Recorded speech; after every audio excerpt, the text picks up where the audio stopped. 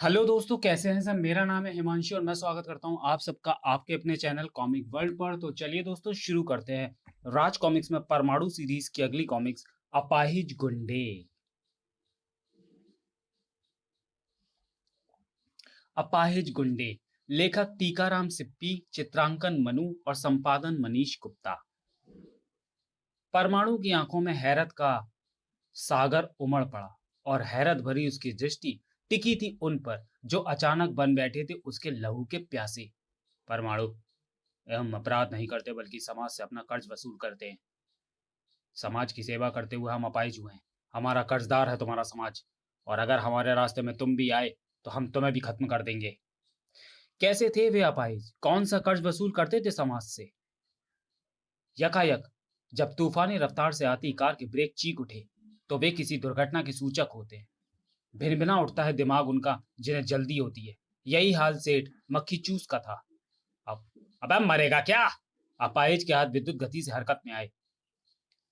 मक्खी चूस को लकवा सा मार गया उस मौत के खिलौने को देख के। धाए धाए फटाक।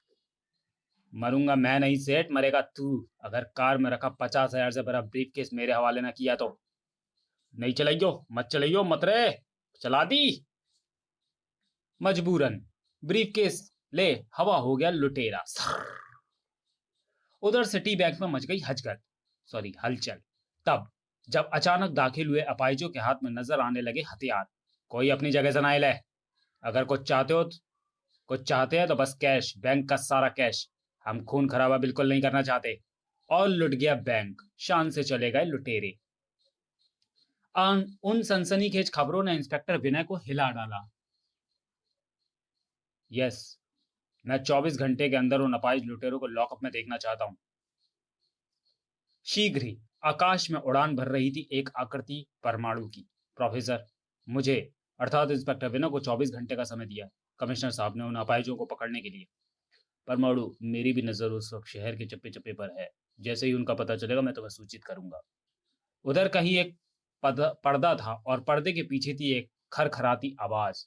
आज की कामयाबी के लिए बधाई हो दोस्तों। अब हमें पीतमपुरा के टावर पर बने होटल को अपना निशाना बनाना है। मगर वह मगर वह तो बहुत ऊंचा है बॉस, और हम अपाहिज कैसे पहुंच पाएंगे वहां तक? उसी पल हट गई सरसरा कर दाईं तरफ की दीवार। दंग रह गए अपाहिज।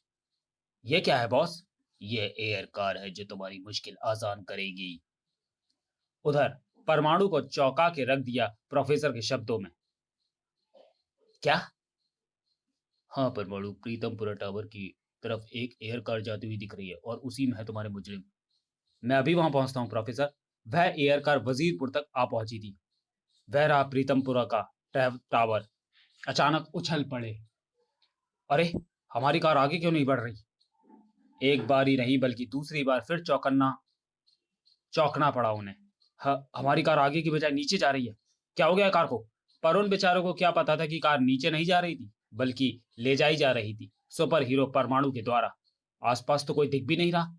देखेगा कैसे? मैं तो नीचे हूं। कार बसों के घेरे में उतरी। बम! ये तो बस डिपो है। पलक झपकते ही गुंडों की टोली बाहर आ गई। अचानक उनकी बैसाखियां व पटरों तले जमीन खिसक गई। ओह, तो तुम हो हमारे रास्ते का रोड़ा। किलेम!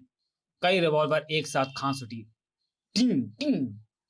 पर उस खांसी का जरा भी असर न होने दिया परमाणु ने स्वयं पर।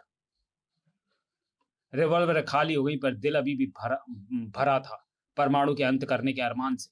वह चोट सचमुच चीख निकाल देने वाली थी। हम अपाहिज जरूर है पर कमजोर नहीं। धाड़ तड़ाक!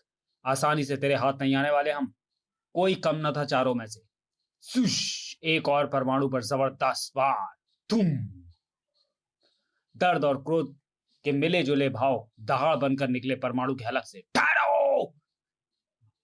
मैं चाहूं तो इस तरह तुम्हारे शरीर को राख में बदल सकता हूं अपनी हीट विजन से। परमाणु का जादू देख चारों को लकवा मार गया। मगर मैं ऐसा करूंगा नहीं, क्योंकि मैं जानता हूं तुम सब तुम सब किसी के हाथ की कठपुतली बनकर काम कर रहे हो। बकवास है, हम किसी के गुलाम नहीं। तो फिर अपराध क्यों कर रहे हो? हम अपराध नहीं, समाज से अपना कर्ज वसूल कर रहे हैं। व्यंग कसा परमाणु है। लूट मारी, हत्या, डकैती, आगजनी को तुम कर्ज कहते हो? वाह! हाँ, कर्ज है समाज पर। हमारा उस समाज पर जिसने हमें बेकार और लूला लंगड़ा कहकर धुतकारा है। और इस रास्ते में तुम आओगे, या तो तुम मरोगे या फिर आत्महत्या कर लोगे, या फिर हम आत्महत्या कर लेंगे। नहीं। घोर असमंजस के चक्रव्यूह में फंस गया परमाणु।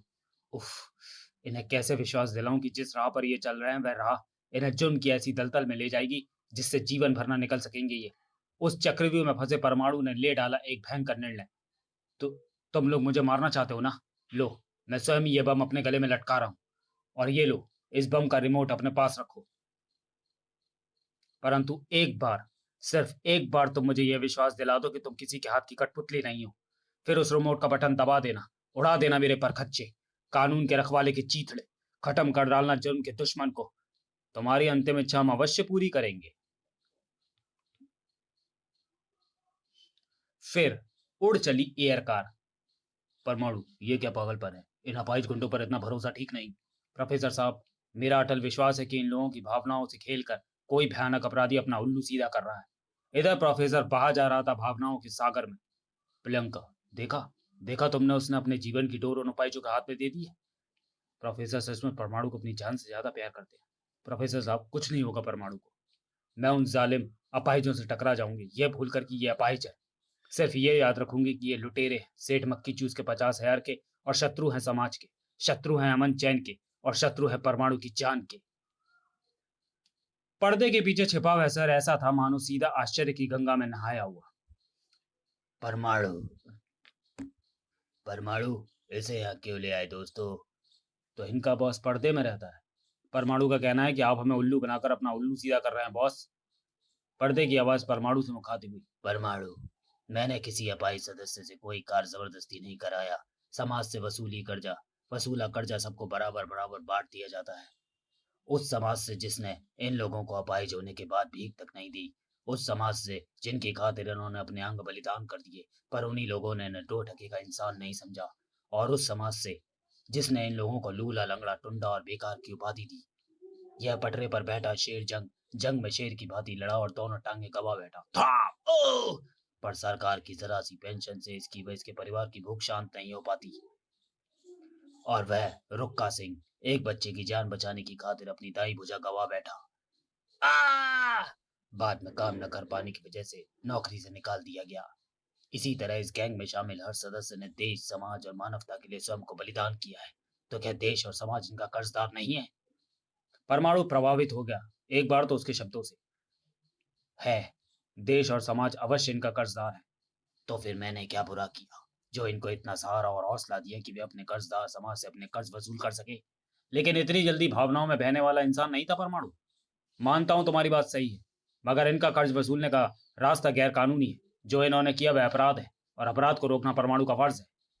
परमाणु बड़ा पर्दे की ओर, इसलिए मैं इन अपराधियों के सामने तुम्हारा असली रूप लाना चाहता हूँ, ताकि इन्हें पता लगे कि जिसके हाथों वे खिलौना बने हैं वह भी क्या वास्तव में इनके जैसा अपाहिज है। रुक जा परमाणु, वरना मैं रिमोट का बटन दबा दूंगा।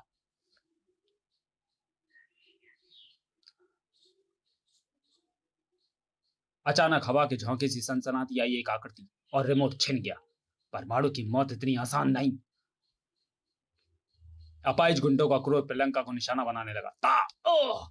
प्रियंका स्वयं का क्रोध दबाए न रह सकी। था, तुम लोगों ने प्रियंका पर हाथ उठाया? चीख ही तो पड़ा था परमाणु। प्रियंका, इन पर घातक वार मत करना, ये लोग राह भटके हुए। और फिर पर्दे को फाड़ता चला गया वह। तो चलिए दोस्तों, वीडियो को यही समाप्त करते हैं और मिलते हैं अपाहिज गुंडे के दूसरे और अंतिम भाग में अगले वीडियो में। तब तक के लिए धन्यवाद।